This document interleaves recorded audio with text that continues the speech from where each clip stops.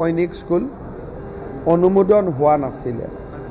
আজি কেবিনেটে এই সৈনিক স্কুল স্থাপন কৰাৰ সিদ্ধান্তত অনুমোদন জনায় আৰু ভাৰত চৰকাৰেও এই সিদ্ধান্তত ইতিমধ্যে অনুমোদন জনাইছে। গতিকে ৰাজ্য চৰকাৰ আৰু কেন্দ্ৰীয় চৰকাৰৰ প্ৰচেষ্টাত এই সৈনিক স্কুলখন স্থাপন হ'ব। কাৰ্বি আংলং জিলাৰ লংভকু গাঁও লংভকুত এইটো বোকাজান বিধানসভা সমষ্টিৰ অন্তৰ্গত। কেবিনেটে মিছন বসুন্ধৰাৰ অধীনত কেইবাখনো জিলাত আজি ভূমি পত্তনৰ বিষয় অনুমোদন জনায়। ধেমাজিত অসম ক্ৰিকেট সন্থাই এখন ষ্টেডিয়াম নিৰ্মাণ কৰিব। তাৰ বাবে তেওঁলোকক আমি 31 বিঘা মাটিৰ অনুমোদন জনাওঁ। আপোনালোকে জানে যে যোৰহাটৰ ওচৰৰ বৰভেটিত আমাৰ অষ্টভুজ গুৰুৰ দিনৰ পৰা স্থাপন কৰা এটা ডাঙৰ আধ্যাত্মিক অনুষ্ঠান আছে, য'ত বৰভেটি বুলি কওঁ। গুৰুৰ নামত অলপ মাটি শিষ্যসকলে লৈ আহিছিলে আৰু অলপ মাটি দিওঁতে তাত মাটিৰ এটা ডাঙৰ পাহাৰৰ ধৰণৰ আকৃতি গঢ় লয় আৰু তাতেই মটকসকলৰ অত্যন্ত আধ্যাত্মিক স্থান হিচাপে বৰভেটি এটা প্ৰাণ পাই উঠে, জীৱন্ত হৈ উঠে। সেই বৰভেটিৰ উন্নয়নৰ কাৰণে ৰাজ্য চৰকাৰে আজি 20 কোটি টকাৰ অনুমোদন জনায় আৰু এই কাম ইমিডিয়েটলি আমি আৰম্ভ কৰিম। দেৰগাঁৱৰ পৰা যোৰহাটলৈকে গ'লে আপোনালোকে বৰভেটি দেখা পাব। মই 3 বছৰ আগতে তাত গৈছিলোঁ, কমিটমেণ্ট কৰি আহিছিলোঁ। আজি আমি সেই কমিটমেণ্টটো সম্পূৰ্ণ কৰোঁ। আজি আমাৰ অসমৰ শিক্ষকসকলৰ বাবে এটা ভাল খবৰ আছে। আমাৰ শিক্ষকসকলে বছৰত 10 দিন এটা তেওঁলোকে আৰ্ণ লিভ পাইছিলে। যিহেতু ভেকেশ্যন ডিপাৰ্টমেণ্ট কাৰণে তেওঁলোকৰ আৰ্ণ লিভ আন চৰকাৰী কৰ্মচাৰীৰ তুলনাত 10 দিনত সীমিত আছিল। আজি আমি ৰাজ্যৰ শিক্ষকসকলক তেওঁলোকৰ আৰ্ণ লিভ বছৰত 10 দিনৰ জেগাত 15 দিনলৈ বৃদ্ধি কৰোঁ। আমাৰ সদৌ অসম কৰ্মচাৰী পৰিষদ আৰু ৰাজ্যৰ শিক্ষক সংগঠনসমূহৰ এটা বহুদিনীয়া দাবী আছিল। আমি এখন কমিটি গঠন কৰি দিছিলোঁ।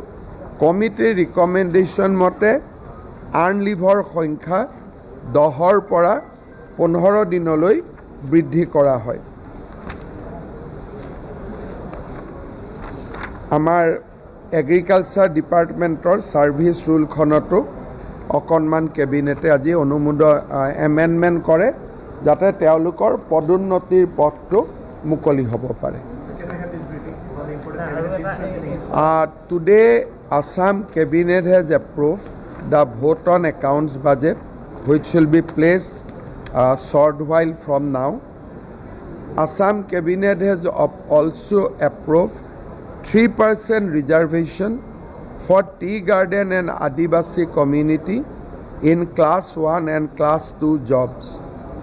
Assam Cabinet has also approved a second Sainik school in Assam at a cost of 340 crores in Karbi Anglong district. Cabinet has also enhanced the earned leave of the teaching community from 10 to 15 days. These are the major decisions. Sir, the issue of Bhupen Bora has garnered national attention right now. Is it? Yes, sir. Very good. Bhupen Bora ঘৰত মই এতিয়া কাৰ্বি আংলঙত যাম, ডিফুত যাম।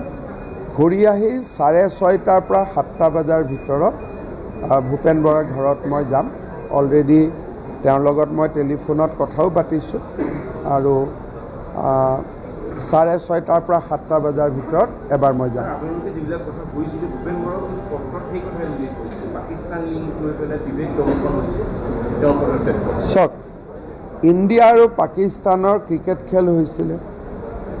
সিদিনাখন সামাজিক মাধ্যম বা মানুহে কিমানে খেল চাইছে আৰু ভাৰতক কিমানে সমৰ্থন কৰিছে ছ'চিয়েল মিডিয়া বা সিদিনাখনৰ ভিউৱাৰ্ছৰ পৰা গম পায়। পাকিস্তান আমাৰ আজন্ম শত্ৰু।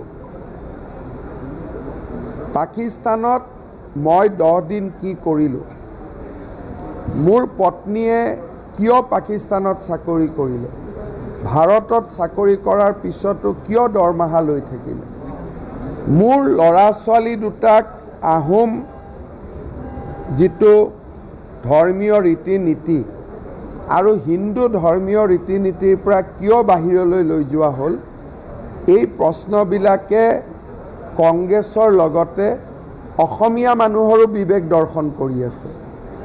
গতিকে কিছুমানে ক'ব পাৰে, কিছুমানে ক'ব নোৱাৰে।